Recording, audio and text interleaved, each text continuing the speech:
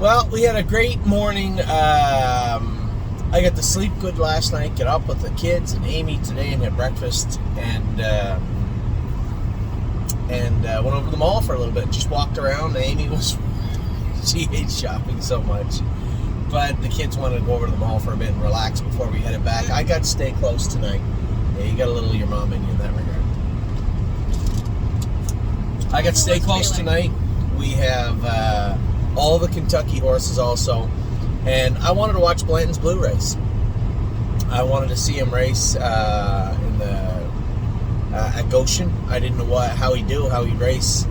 Jody Rydell was training the horse for us. Now, I don't know Miss Rydell that well. This is more of a connection through Mark. And actually, I know her a little bit. She is the one that bought Wallop off of us a couple of months back. So a little bit of a connection there. Seems like a super, super nice lady and did a great job. Blanton's Blue finished second. I didn't get the final time, but they were going along pretty good. And it looked like not a shock. Blanton's Blue is, one of his biggest attributes is that he gets around a small track real good. And Dave Miller, obviously a Hall of Fame driver, driving him. It helped also. So a good race for him. Now, it did give me time over the night through the morning just to think about yesterday, but think about the whole week and what went on, and just been so happy. I had somebody say to me last night, Aunt Lily was so good, it was too bad about the other ones. And I said, well, truthfully speaking, I thought that Kadoo raced good. 57-4 is a pretty decent mile from him. My takeaway from him last night is we still had those egg bars on him behind. Do I think they were sticky? He was sticking a little bit more than we'd like. So the whole point with Kadoo training down, the reason he made those breaks, he was interfering. He was hitting in particular that left shin, mid shin up to the jack area. That's exactly what Gypsy Hill did last year. The absolute exact same thing. So we had tried shoeing him a number of different ways, and the way we landed on recently had worked the best. His qualifier was great. His first race was good, although it wasn't fast. It was good, and I told everybody I didn't think he'd be out-trotted, but I didn't really think they'd go 55. I thought 56 and a piece. And if they go 56 and a piece and I'm in the hunt, I think he's got a little more spark to him also. As we get into the latter part of the race, I think they just kind of sucked away the life of him a little bit and stretched him out. I thought I was going to be fourth, and I could have kind of jammed my way out, got him out in the middle of the track, and I might have been fourth. When I heard the horse catching up from behind me, I surveyed the scene quick and thought that maybe if I just ducked into the passing lane, that would be the best route to fourth place finish. Instead, we ended up being beat for fourth and finished fifth. But I thought he raced well, and I think he's got a bright future ahead of him. In the colt division, it appears that we have some pretty decent Buckeyes. Remember, I don't play nice, is no joke. We'll race him in the Buckeye. I believe the other two trotting colts, we may move those horses on. He's a great guy in Wonder Hill. You guys know that. We've talked about this for a while now. I think they're decent horses, but they're not going to be overall stake horses. And although I think they're doing their work to the best of their ability, it's just not quite good enough, and that's the way it is. But when it comes to Kadoo in particular, I thought the horse raced well last night. Can we get those egg bars off of him and slide maybe a pair of aluminums on, which has helped Gypsy Hill turn the corner? Now, the difference between Gypsy Hill and Kadoo also, it's worth noting, it's very important. One horse is 3 and has a lot more muscle on him than the guy that's at 2. So it is worth noting it's not a cookie cutter system where, a few starts with the egg bars on, slide the aluminums on, the way you go. It doesn't work that way. But it is something that we will explore and look into as we move into the summer with Kadoo. So I thought it was a very admirable race by him. Thought he raced well. We had a little more luck and had a couple more breakers, and they didn't go such a quick half, the first half, and kind of stretch him. I think it's a different race, but that's the same for everybody. So I was happy with Kadoo. I thought he raced well. The two pacers, as I said, didn't take long for us to figure out what took place. A little bit of blood found in both of them, quite a bit of mucus for AJ, and not as much mucus, but a little bit of blood in Gorgeous Package. This did show up in between training trips heading into a qualifier. We were able to mitigate it. Could we do that all summer? Possibly, but the concern is that it is there. It is taking away from her race, and we know that we can help it. So it makes the most sense to us, to me, for certain, just to put them on Lasix, and that's exactly what we are going to do. A great question last night was Joey. Joey said, hey, what's your take on 2-year-olds on Lasix? It's a great question. They said it used to be that if you had a 56 and a piece pacer tonight, speaking last night, you had a good shot.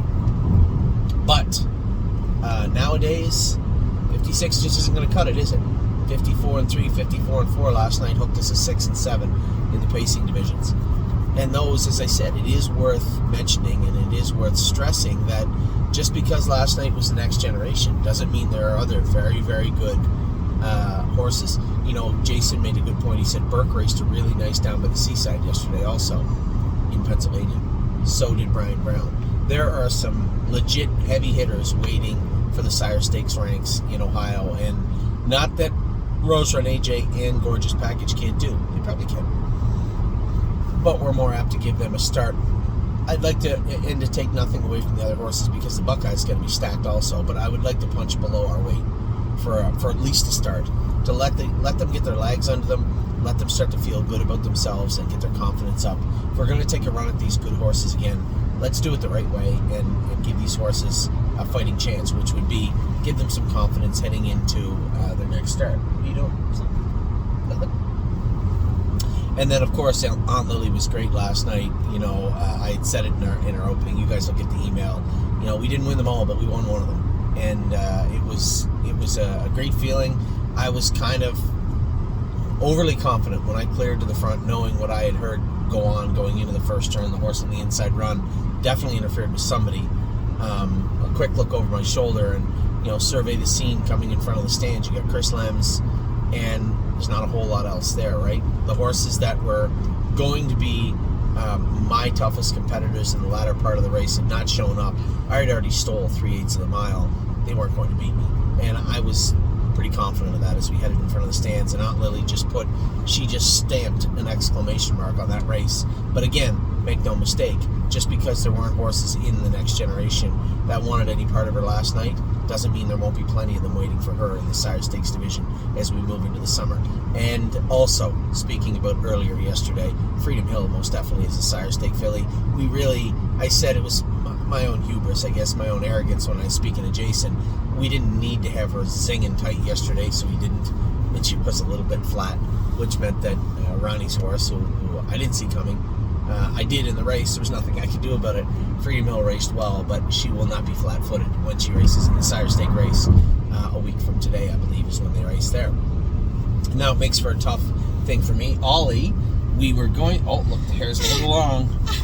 Ollie had baseball all week. It's his birthday coming up. We want to do something special with the family. We want to hang out over the next 2-3 weeks for sure.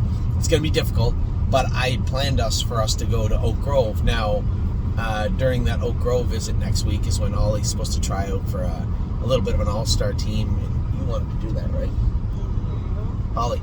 Yeah, I did. You do or you don't? I do. Yeah. So Ollie wants to try out for the all-star team that's going to play in the fall a little bit. It only puts more on our plates, but at the same time, it makes it difficult to get the family down to Oak Grove for the 14th. So the next week, 2-3 weeks is going to be extremely fluid, stressful for us also. We have the trotting fillies in Northfield Park, and Ronnie Wren has already said, hey, you go to Oak Grove. You go to Oak Grove. I'll take care of it here. Technically, I could fly down and fly back and make both, but that would not be a very family-oriented trip. So Amy and I are going to have to map out what we're going to do over the next 10 days and then execute it. As I said, a great start to the afternoon. Blue Ventura, I think if we put the aluminums on them and steer clear of the Sire Stake type material, and there's no joke either. That horse around, maybe he is a Stallion Series. I have no idea. Blue Ventura is a nice horse. He's in the very same situation as Gorgeous Package, where we know they're nice horses, but are they Sire Stake horses? Well, I don't think Blue Ventura is after seeing what I saw, and that's not taking anything away from him. I think we had a solid Stallion Series colt, a pretty talented colt in his own regard with him. Very happy with his maturity and not disappointed in him at all. One big takeaway: no blood, no mucus found yesterday, and those steps you saw put in coming to the half. I'm almost 100% positive that he was just slipping a little bit yesterday, and we can help him with that. We are going to. Thoroughly pleased with Ready for Landing. Thoroughly pleased with Patrick. I know a lot of people. Somebody said, "Well, he only went 52-1. He's slipping." Just relax. Right? There was a reason last year that we were covering Patrick up and covering him up before he won at 48-4. He has aged, but at the same time, still a very, very good quality animal. And I'm not taking it. Double medal, just so we're clear, double medal, I myself won at 48-3 with last year at the Meadows. No joke, also a very, very nice horse in his own regard. So Patrick raced good. A little bit of a surprise, somewhat of Dominion. We've been expecting this for a while. He just has not put out the way we wanted him to, and last night he certainly did. That was a very good looking mile. You saw the broken equipment as Martingale was broken, but a very good looking mile from Dominion. So a step forward for him. I think everybody's happy with that. Purple People Eater raced great. Renegade Gypsy did look flat last night. I'm sure I'll catch up to Ronnie in the middle part of the week and just ask him what his thoughts are on Renegade Gypsy. But did look a little bit flat last night. And Prince Charmer also. First over, Prince Charmer's a nice horse, but he's got a small gas tank, and there's nothing wrong with that. I told you, it's very, very similar to a Born to Dance type horse. We're going to have a lot of fun with Prince Charmer, but he is not the first over type. Lead, sit, finish. Try to get away close. That's more of Prince Charmer's forte, and it's hard to explain that to anybody that's never driven him before, and that was the first start for Ryan Stahl last night. Not Ryan's fault. He did a tremendous job with Purple People Eater, and I'm sure Prince Charmer will show up again next week. So a great day. I just wanted to top to bottom, soup to nuts, talk about yesterday. I haven't done my opening yet. I'm going to wait till the bitter end. I'm going to write my email, and if I have to insert some comments about Kentucky, I will. But it wouldn't be fair to do our opening without talking about Kentucky. It's no joke down there. Pickpocket, Memory, and Imagination are going to have to race together. The fillies, they're in tough, the trotting fillies. Arson looks like he should be pretty effective in Kentucky also. He's tighter this week. He's again coming in as a prohibited favorite. He should be good. Memento Mori is in a good spot today also. My biggest concern, he's been my biggest concern since he left, because I just want to see what is going on with him, is Westland Warrior. How does he race today? Today will dictate what happens with him the rest of the summer, starting today. So I'm very curious to see how he's going to race, and I believe, if I'm not mistaken, I have to wait till 6:51 to do it. So I'm not even going to talk about your opening until well into the evening, probably after I race Stay Close, so you may not get your videos until much later on tonight, but it is worth it. A lot on the line today, and then it all starts again next week. We just got some races, but Tuesday, Chicago Hall, All Gas No Brakes. Watch Your Mouth will be racing. I'll be watching them. Save America is in to go in Yonkers, Brace for Landing. Yo Mister, great bet. Victor Blue Chip, this will likely be his last start for us. We'll see how he races. Also, a lot of movement going on. The last part of our final summer cuts, I believe, is as you might put it, will take place a week from Monday at the sale in the preferred online sale. Now, I guess it is also worth noting, these aren't dumps. We're not giving them away. Even the 2-year-olds, I'm not going to sell, maybe Wander Hill, I think. I just don't know if there's a spot for him with us. Nice fair colt, bottom middle Buckeye type trotter. A little bit lower than he's a great guy. We'll see. But at the same token, all the horses that will be leaving are mildly useful horses, just maybe not what we're looking for right now in them. So I'll talk more about them as the week goes on. But right now, all eyes will be peeled on Oak Grove, Kentucky this evening, later this afternoon into this evening. So good luck to all my partners today. A great day again yesterday. I don't think anybody should be disappointed or unhappy. We had a third with Blue Ventura, a third with Ready for Landing, a second with Patrick the Piranha, a win with Dominion. Now, gorgeous package, finished 6th or 7th, but did show a little blood. We can definitely improve on that. Aunt Lily, a winner in the Next Generation. Congratulations to all my partners with her. Rose Run AJ also showed a little bit of blood. We can definitely help Rose Run AJ. The good takeaway from Rose Run AJ yesterday was he was perfectly polite. I had him in a good spot. He just couldn't finish off the job, and now we know why. Purple People Eater, a winner. Congratulations to all my partners with her. Renegade Gypsy, a little bit flat. Kadoo, raced good. No complaints with Kadoo. He raced good. And Prince Charmer, just a hair flat, but a great day top to bottom for us at the stable. It's been a great 2, 3, 4 weeks. We're going on some kind of a heater now as we get into the middle part of July next week. So with that, I will talk to you all soon. I hope you all had a wonderful night. Hope you're having a fantastic weekend. It's Sunday. The weather is great here. I hope it's great wherever you are.